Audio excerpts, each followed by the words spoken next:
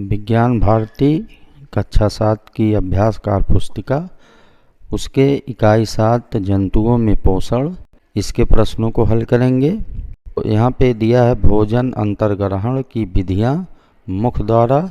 नीचे फिर लिखा गया जैसे घर में पाई जाने वाली चक्की में एक छिद्र होता है जिससे अनाज डाला जाता है पीसने या तोड़ने के लिए, वैसे ही जीवों में भोजन ग्रहण करने के लिए मुख पाया जाता है। फिर प्रश्न दिया है चित्र को देखकर स्तंभ का व ख को मिलान करो। तो यहाँ पे चित्र दिया गया है, ये रोटी कार्बोहाइड्रेट का स्रोत है। फिर चावल, ये भी कार्बोहाइड्रेट का स्रोत है। दाल, ये प्रोटीन का स्रोत है। सब्जियाँ, ये सब विटामिन की स्रोत होती हैं। फल भी विटामिन के स्रोत होते हैं। घी जो है ये वसा का स्रोत है। अब इसके नीचे जो है स्तंभ का और स्तंभ खा का मिलान करना है। तो इसमें सबसे पहले है रोटी तथा चावल। तो रोटी तथा चावल ये कार्बोहाइड्रेट के स्रोत होते हैं। हम इसका मिलान का मिलान सा से करेंगे। फिर खा है दाल। दाल जो है ये प्रोटीन का स्रोत होती है, तो इसका मिलान हम प्रोटीन से करेंगे। इस ख का मिलान दा से करेंगे। फिर गा है फल तथा सब्जियां। फल तथा सब्जियां ये जो है विटामिन का मुख्य स्रोत हैं, तो इसका मिलान गा का मिलान हम आ से करेंगे। फिर उसके बाद घा दिया है घी। घी जो है ये वसा का मुख्य स्रोत है, तो घी का मिलान हम वसा वाले कॉलम से करेंगे। इसका मिलान घा का मिलान हम बा से करेंगे। प्रश्न 2 है रिक्त स्थानों की पूर्ति कीजिए। यहाँ पे दांत का चित्र बना हुआ है। इसमें सबसे आगे के जो दांत हैं इनको कृंदक कहा जाता है। उसके बाद जो दांत होते हैं उनको रदनक कहते हैं। रदनक के बाद जो होता हो अग्र चरवड़क इसको कहते हैं। फिर उसके पीछे का जो दांत होता है उसे चरवड़क कहते हैं। तो कृंदक का कार्य ये काटने का कार्य है, ये भोजन को काटने का कार्य करते हैं।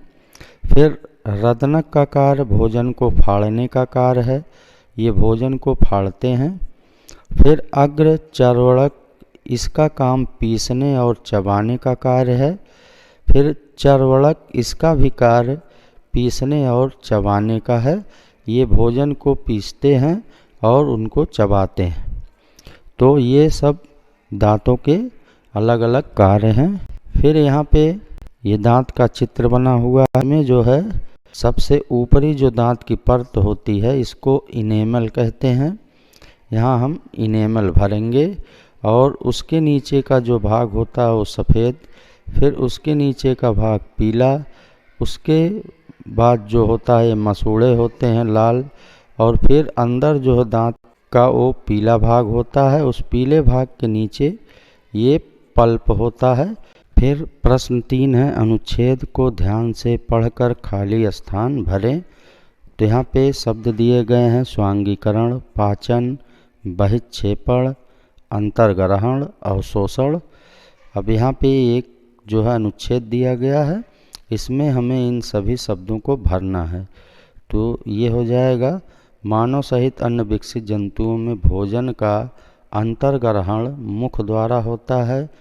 जटिल एवं अघुलनशील खाद्य पदार्थों के सरल एवं घुलनशील खाद्य पदार्थों में परिवर्तित होने के पूरे प्रक्रम को पाचन कहते हैं। छोटी आंत की दीवारों पर पाए जाने वाले अंगुली नुमा विलाई द्वारा पचे हुए भोजन के पोषक तत्वों को अवशोषित किया जाना अवशोषण कहलाता है।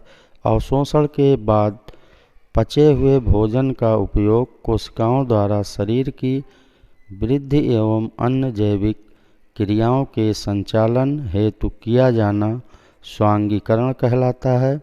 बचा हुआ अपशिष्ट भोजन अर्ध ठोस के रूप में गुदा द्वारा बाहर निकाला जाना बहिक्षेपण कहलाता है। तो इस तरह से इस अनुच्छेद में हम इन शब्दों को भरेंगे। फिर यहाँ पे प्रश्न 4 है, आहार नाल के विभिन्न भागों को चित्र के साथ सुमेलित कीजिए। तो यहाँ पे मनुष्य का आहार नाल दिया है, पाचन तंत्र दिया गया है। तो सबसे ऊपर यहाँ भोजन का अंतर्ग्रहण, जो कि मुख द्वारा भोजन का अंतर्ग्रहण होता है। पहले भोजन मुख में जाता है, फिर मुख में भोजन को चबाया जाता है, उसके बाद भोजन मुख द्वार पे आता है। फिर मुख द्वार से भोजन ग्रास नली में आता है। अब इसके बाद भोजन आमाशय में आएगा। आमाशय में जब भोजन का पाचन होगा, वहाँ से भोजन जो है वो छोटी आंत में आएगा, वहाँ उसका अवशोषण होगा। फिर उसके बाद छोटी आंत में अवशोषण के बाद जो है भोजन बड़ी आंत में आता है, और बड़ी आंत में आने के बाद भोजन जो है अंत में मलाशय में चला आता है। मलाशय से गुदा मार्ग द्वारा भोजन का बहिक्षेपण हो जाता है। भोजन के पाचन की पूरी प्रक्रिया दी गई है, किस तरह से भोजन का पाचन होता है। फिर प्रश्न 5, निम्नलिखित कथनों में सही कथन पर सही और गलत कथन पर गलत चिन्ह लगाइए।